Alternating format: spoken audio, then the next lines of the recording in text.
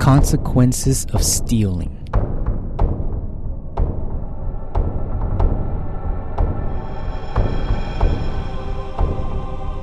In today's hectic world, where energy is expended to survive the competitiveness of the everyday grind, we have to compete, scrape, and search for the things we want in our life.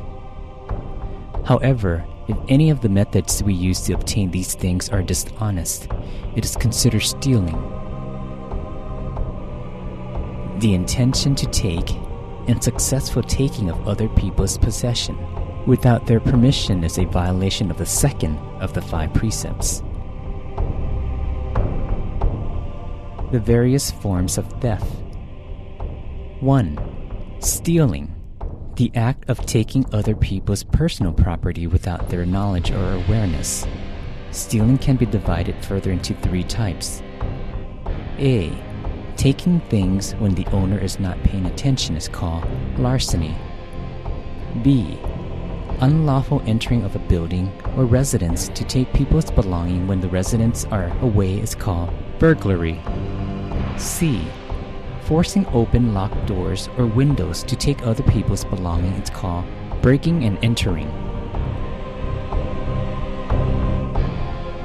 2. Snatching. The act of abruptly taking or seizing someone's possession when they're distracted. It is also termed grab and run. 3. Mugging. The threat of violence upon a person with the intent to rob. 4. Robbing. The act of taking other people's belongings by force or with weapons that is committed by 2 or more persons. 5. Fraud. The act of submitting falsified evidence or false witness in order to cheat others out of ownership-like property.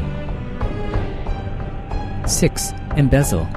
A criminal misuse or misappropriates a property or funds entrusted by the owner to be held and or used for personal purposes. 7. Deception. The act of verbally fabricating story to mislead others in order to take their belongings. 8. Trick. The use of various ploys to fool others for personal gain, like tampering with weighing scales. 9. Counterfeit. The act of producing and using forgeries of currency or goods as real products. 10. Theft. The act of borrowing something from someone and failing to return or repay, as in the case of defaulting on a loan. 11. Misappropriation. The act of dishonestly or unfairly taking something, especially money, belonging to another for one's own use, such as taking commission out of something without permission. 12. Switching. The act of changing something that one owns of lesser value for something of greater value. 13. Smuggling. The act of evading customs duties or bringing illegal products such as alcohol. 14. Peculation.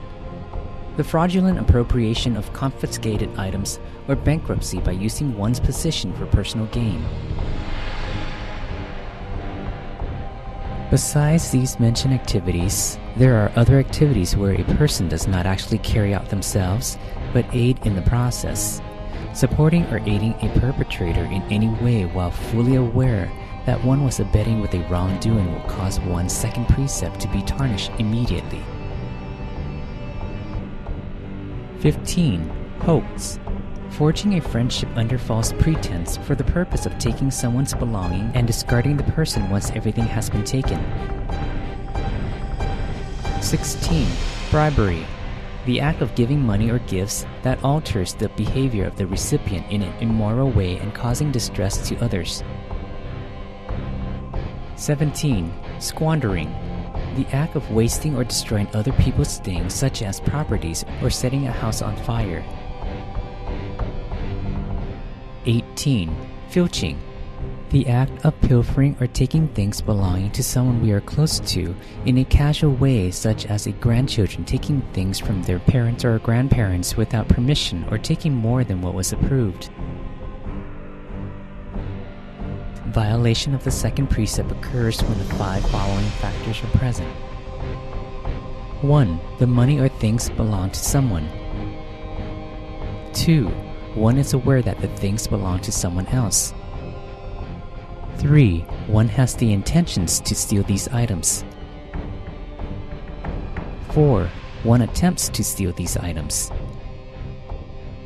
5. One succeeds in stealing these items. The violation of the second precept rests on the intention to take another person's belongings and to make them ours through dishonest means. When all 5 factors are met, one's precept is immediately broken.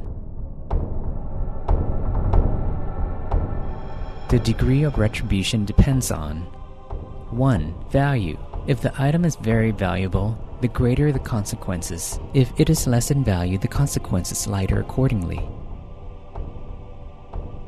2. Virtues of the owner. The more virtuous the owner is, the more significant is the consequence. 3. Effort. The greater the effort to steal the item, the greater the consequence. If the attempt required less effort, the consequence would be smaller accordingly as well. People who break the second precept of not stealing will have the dishonest activity they committed reappear in their mind before they depart this world. Their mind will become gloomy and dull, leading the persons immediately to the hell realm. Some examples are as follows. People who had stolen public money would be forced by Hell Denizen inside a giant money bag and then tightly sealed to prevent the Hell beings from escaping. Then, Hell Denizen would throw the money bag violently against the ground, repeatedly tossing the giant bag until all the Hell beings' body are crushed and fused to the coins inside the bag. The punishment is repeated countless times, and Hell being dies this horrific death over and over again. People who cheated rightful owners of their land and property, they will be reborn as hell beings and have massive flaming sheet of land crushed down on them into nothingness.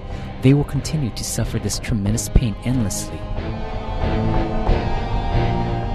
People who regularly took bribes will have their stomach cut open by hell denizens with ultra-sharp knives until it reaches their spine.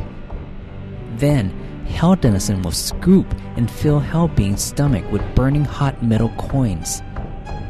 The fiery metal coins will burn through the Hell Beings, who suffer excruciating pain until their entire body bursts into flames. Once their punishment is complete, they will be reborn as a Beta with bodies that looks like a sheet of heated stone resting on 2 legs. This is remnant consequences from stealing property of the monastic community. Some Beta are here because they stole food prepared for monks. When their retribution has lessened, they will become a Beta who eats its own feces. Once their karma here is exhausted, they will be born as animal like worms, in blood and pus for over many existences. As their retribution lessens to the point where they can be born as a human, they will be extremely poor, starving, and devoid of things they need. In business, they will be cheated easily, and their possessions are subject to various catastrophes like natural disasters such as fire, storm, flood, or from theft and other losses. They will suffer numerous psychological illnesses like hysteria from past misdeeds and threatening owners out of their belongings. Therefore, now that we realize some of the consequences of stealing or breaking the second precept, we need to quit all those activities immediately, completely and permanently, and pursue a right livelihood, which means earning a living in honest ways without harming or taking advantages of others. This way we help safeguard our belongings as well as others. This will promote peace and happiness in our society in the present and future lifetimes until entering nirvana.